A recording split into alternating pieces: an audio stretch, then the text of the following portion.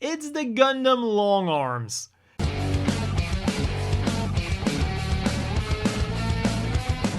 Hey guys, Kakarot197 again. This time with a review of the very unique looking high-grade Gundam Lfrith Thorn, provided to me by Hubble in Japan. Links to buy one for yourself down below.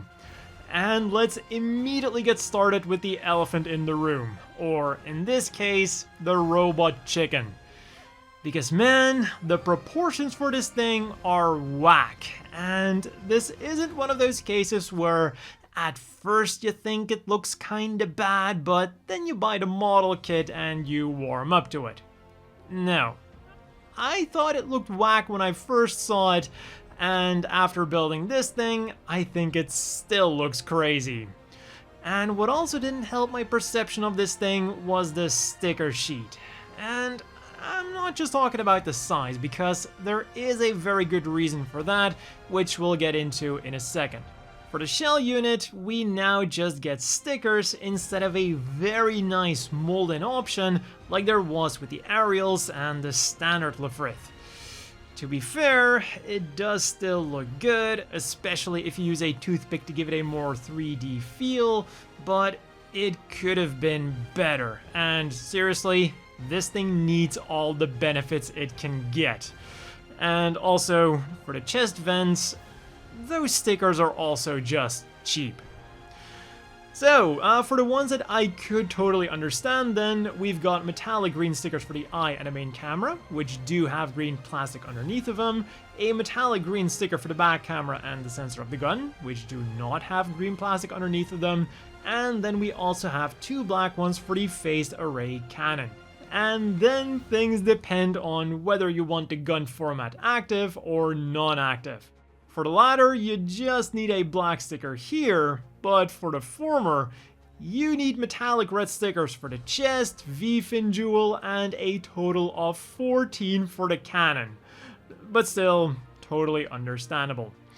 And with all of those stickers applied, you'll still need to do some painting. Gray for this part of the abdomen, and black for the hard points on the arms, and for all of the small little details. So yeah, in order to get your chicken perfect, it will need some extra time in the oven. But on the bright side, there aren't any hollow parts to deal with, and those are definitely more annoying than parts that need painting. On to the accessories then. For close combat, we get a total of 4 beam sabers, but unfortunately only 2 blue beam saber blade effect parts. 2 of them are mounted on the ridiculously long arms and swing forwards when in use, and the other 2 are mounted on the shield and function as your standard handheld beam sabers. The shield then is very simple. It's got a peg, can be hooked up to either arm, and can rotate around. Although, the beam sabers will get a little bit in the way. And for ranged combat then, we have the chonky beam diffuse gun, which has a movable secondary handle to hold it with both hands, which you can also use to store the gun on the back, although this is not something the manual tells you to do, but you can. And then we get the phased array cannon, which is on 2 hinges and a swivel combo, and can also open up to reveal its full power. And then the final accessories are a pair of open hands, of course for anti-personnel combat. On to the articulation then of our little chicken. The head is on the usual double ball joint for some nice upwards and downwards, rotation and forwards and backwards chicken movement. Then the shoulders are also on a double ball joint for some nice forwards, backwards and also upwards movement.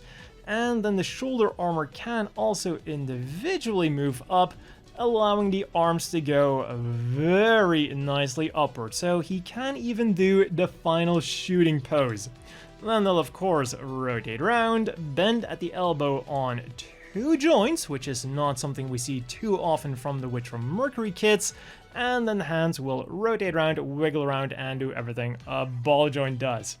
Then in the waist, we do just have a single ball joint, but we do still get some nice forwards and backwards and side-to-side movement.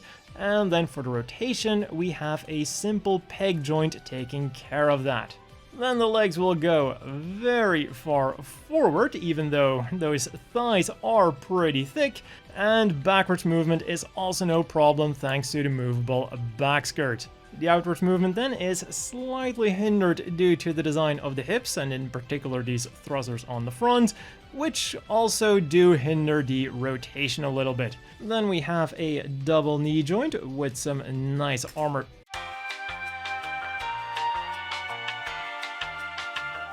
Then we have a double knee joint with some nice armor separation going on in there. And then the feet have a small ball joint in there and a small hinge joint, allowing them to go very far backwards, but that is the best I've got to say about the feet. They will rotate around a little bit. Again, be careful, you don't want to snap them off. But then that is everything. There's no real side to side. They go a little bit side to side. And then these claws at the end, they'll just rotate around a little bit on the peg that they're on. And then finally, as I've already shown you, the phased array cannon is on a double hinge and peg combo, so it does have some nice range of movement. So despite being such a compact mobile suit, it does actually have some really good articulation going for it, as long as you get it an action base. Because the feet will hinder the articulation when you just have it standing on a flat surface, but once you hook it up to an action base, it can really strut its stuff, and I would even say that it is one of the better articulated Witch from Mercury kits then. So as always, the inevitable question is, do you want to buy this? And well, like I said in the beginning, this certainly is a very unique Gunpla. From a technical point of view, it does have some good things going for it. The articulation is really good for what it is, the accessories are what they should be, and we have no hollow parts. On the flip side then, it does require some painting, it no longer has the molded parts for the shell unit, and the proportions are what they are. At 1,600 yen, it's definitely not a bad kit, but it also puts it in a price range where there is a lot of competition. For example, the standard Lfrith, to which it is vaguely related, and also the Zaward Heavy. That thing might not be quite as good in the articulation department, but I mean, I think we can all agree that it looks a hell of a lot better. And for some more size comparisons then, here it is next to its chunkier and also pricier sister unit, the Lfrith Ur and the Ariel Rebuild. Two machines that are also significantly more impressive, but at least in this case, they are also more expensive. And then finally, here it is next to the standard sized Gym Custom and the always bulky Zaku 3. You know the proportions are kinda wonky when you're making the Gym Custom look giant. At least the cannon makes its total height a bit taller, but still. And that has been all for this review of this slightly undercooked chicken.